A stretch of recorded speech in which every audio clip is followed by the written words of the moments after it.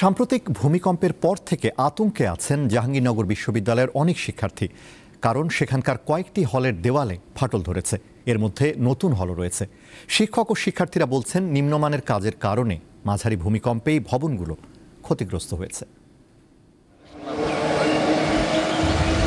শুক্রবারের 5.7 মাত্রার ভূমিকম্পে জাহাঙ্গীরনগর বিশ্ববিদ্যালয়ের শহীদ তাজউদ্দিন আহমদ হল, কাজী নজরুল ইসলাম হল, ফজিলাতুন্নেসা হলসহ পুরাতন হলগুলোর কয়েক জায়গায় প্লাস্টার খসে পড়ে এবং দেয়ালে ফাটল দেখা দেয়। এতে বেশ আতঙ্কিত হয়ে পড়েন শিক্ষার্থীরা।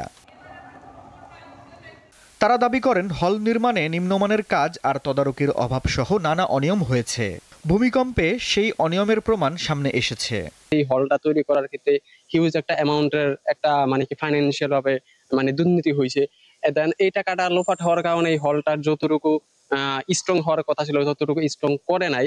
তো এই জন্য ইন ফিউচারে যদি এরকম কোনো আর একটু স্ট্রং কোনো ভূমিকম্প হয় বা আরো স্ট্রং কোনো প্রাকৃতিক দুর্যোগ হয়, সেক্ষেত্রে আমাদের যে স্টুডেন্টদের 1000 স্টুডেন্ট এই হলগুলোতে এখন পর্যন্ত থাকতেছে, তো তাদের এই জানমালের একটা ব্যাপার স্যাপার আছে। এখন এগুলা নিয়ে আমরা আসলে স্টুডেন্টরা খুবই চিন্তিত।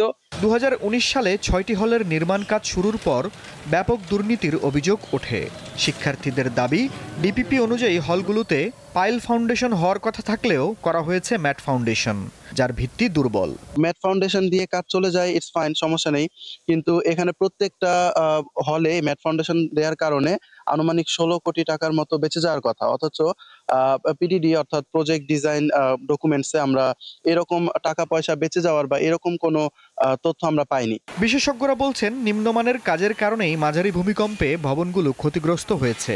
আমাদের যে দুর্নীতি দমন কমিশন, সেটি তাদের একটি তদন্ত কার্যক্রম সম্ভবত চলমান, তাদের সাথে এই বিষয়ে যোগাযোগ করতে হবে। লাইব্রেরি, অনুষদ ভবন ও শিক্ষক কোয়ার্টার সহ অনেক ভবনের নির্মাণ কাজের মান নিয়ে প্রশ্ন তোলেন জাহাঙ্গীরনগর বিশ্ববিদ্যালয়ের শিক্ষার্থী ও শিক্ষকরা।